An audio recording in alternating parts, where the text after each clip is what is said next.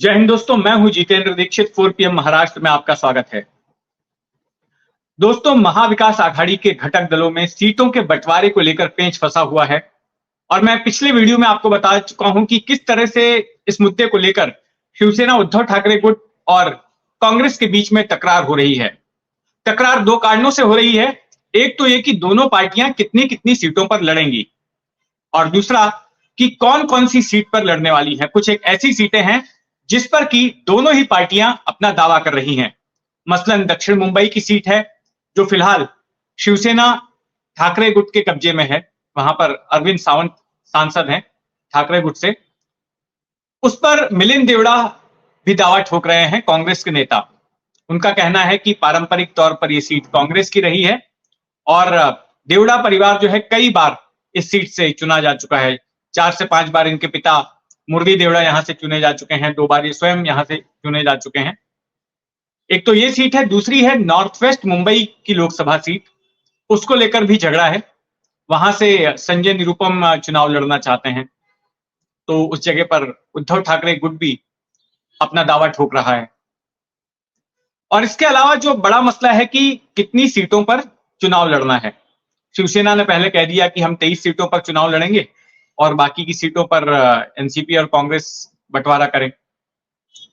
और इस पर जब कांग्रेस ने आपत्ति जताई और कहा कि ऐसा मुमकिन नहीं है कि आप ही सबसे ज्यादा सीटों पर चुनाव लड़ें, तो फिर संजय राउत ने बयान दे दिया कि कांग्रेस तो महाराष्ट्र में जीरो पार्टी, आपको तो जीरो से शुरू करना पड़ेगा। फिर एक पेंच यहां पर वंचित बहुजन आघाड़ी का भी है, प्रकाश आंबेडकर। वो भी एक फैक्टर रहे 2019 में कांग्रेस एनसीपी को हराने के लिए। और इस बार हालांकि उद्धव ठाकरे के साथ में उनका समझौता हो गया है, लेकिन कांग्रेस एनसीपी के साथ अब तक उनकी बात बनी नहीं है और वो 12 सीटों की मांग कर रहे हैं। तो इन तमाम मसलों पर चर्चा करने के लिए और सीट शेयरिंग फॉर्मूले को तय करने के लिए दिल्ली में आज बैठक हो रही है। महाराष्ट्र से शिवसेना ठाकरे गुट की ओर से 2 लोग गए हैं, संजय राउत और विनायक राउत। और कांग्रेस की तरफ से गए हैं नाना पटोले, जो महाराष्ट्र कांग्रेस प्रमुख हैं, और मुंबई कांग्रेस की प्रमुख वर्षा गायकवाड़ और दूसरे नेता।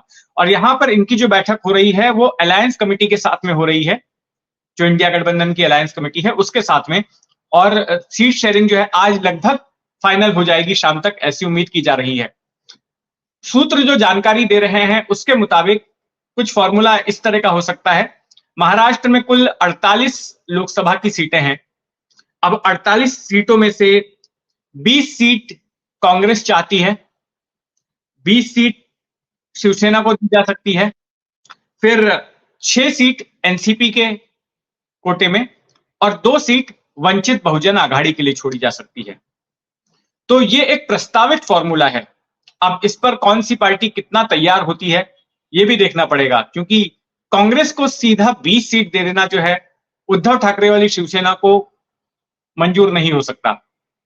लेकिन दूसरी तरफ कांग्रेस कह रही है कि वो तो फिर भी कम सीट ले रही है और 20 सीट अगर शिवसेना ले रही है तो एक तरह से फॉर्मूला ये रहेगा इस सीट शेयरिंग का कि जो हिंदुत्ववादी वोट हैं वो भी गठबंधन के साथ बने रहें उद्धव ठाकरे की शिवसेना के जरिए। दूसरी तरफ जो दलित वोट हैं वो भी गठबंधन के साथ बने रहें वंचित बहुजन आघाड़ी के जरिए। तो इसलिए 2 सीट उनके लिए भी छोड़ी जा रही है। लेकिन इन आंकड़ों पर क्या तमाम पार्टियां सहमत होंगी? 20 सीटें कांग्रेस को चल जाएंगी, लेकिन शिवसेना को चलेंगी क्या? दूसरा कि एनसीपी के लिए सिर्फ 6 सीटें छोड़ी गई हैं, शरद पवार वाली एनसीपी के लिए। और इसके पीछे तर्क ये दिया जा रहा है कि जब अजीत पवार ने पिछले साल बगावत की पार्टी में, तो उसके बाद ज्यादातर पार्टी के नेता तो वहां चले गए, सांसद भी और विधायक भी। तो ऐसे में एनसीपी की स्थिति बेहद कमजोर हो गई है, तो उनके लिए 6 सीटें छोड़ी जा रही हैं। तो क्या एनसीपी 6 सीटों पर तैयार हो जाएगी? यह अपने आप में एक बड़ा सवाल है। दूसरी तरफ यह भी देखना होगा कि प्रकाश आंबेडकर की वंचित बहुजन आघाड़ी क्या वो तैयार होती है 2 सीटों के लिए।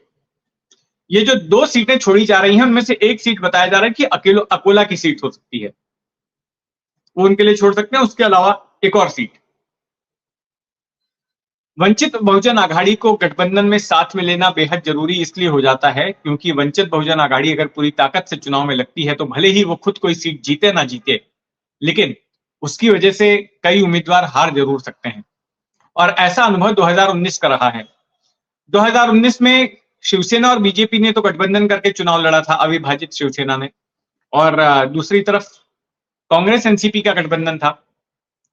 और तीसरे मोर्चे के तौर पर वंचित बहुजन आघाड़ी और एआईएमआईएम, ऑल इंडिया मजलिस इत्तेहादुल मुसलमीन, यानी कि जो ओवैसी बंधुओं की पार्टी है, इन दोनों के बीच में गठबंधन हुआ। अब इन्होंने तमाम सीटों पर चुनाव लड़ा, लेकिन इस गठबंधन को सिर्फ एक ही सीट हासिल हुई, वो भी एमआईएम के उम्मीदवार को, औरंगाबाद में। इम्तियाज जलील उसके सांसद बन गए। वंचित बहुजन आघाड़ी को एक भी सीट नहीं मिली। लेकिन वंचित बहुजन आघाड़ी के खड़े रहने से हुआ ये कि बहुत सारी सीटों पर कांग्रेस और एनसीपी के उम्मीदवारों की हार हुई, और जो नतीजे आए वो बेहद शर्मनाक थे उस गठबंधन के लिए। 48 सीटों में से 41 सीटों पर शिवसेना बीजेपी गठबंधन की जीत हुई। बीजेपी को 23 सीटें मिली और शिवसेना को 18 सीटें मिली।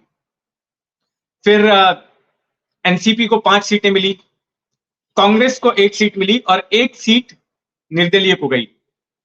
अब जो कांग्रेस को भी 1 सीट मिली, उसमें भी उनके जो सांसद हैं, बीते साल उनका निधन हो गया। तो वैसे में महाराष्ट्र में कांग्रेस 0 सांसद वाली, 0 सीट वाली पार्टी हो गई। और यही बात संजय राउत ने जब कहा तो कांग्रेस को काफी वो चुभ गई वो बात कि आपकी पार्टी तो यहां पर 0 पार्टी है। तो इस तरह से ये पूरा खेल चल रहा है और उम्मीद की जा रही है कि आज शाम तक कोई फैसला हो जाएगा। लेकिन इस बैठक के बाद में एक और बड़ी बैठक होने वाली है, जिसमें कि टॉप नेता बैठेंगे, जिसमें खुद उद्धव ठाकरे भी होंगे, शरद पवार भी होंगे, मल्लिकार्जुन खड़गे होंगे, और तीनों ही पार्टियों के प्रमुख जो है बैठकर सीट शेयरिंग के फॉर्मूले पर अपनी मुहर लगाने वाले हैं। 14-15 तारीख को दिल्ली में बैठक होने जा रही है। तो उसी की पार्श्वभूमि में आज की बैठक हुई है।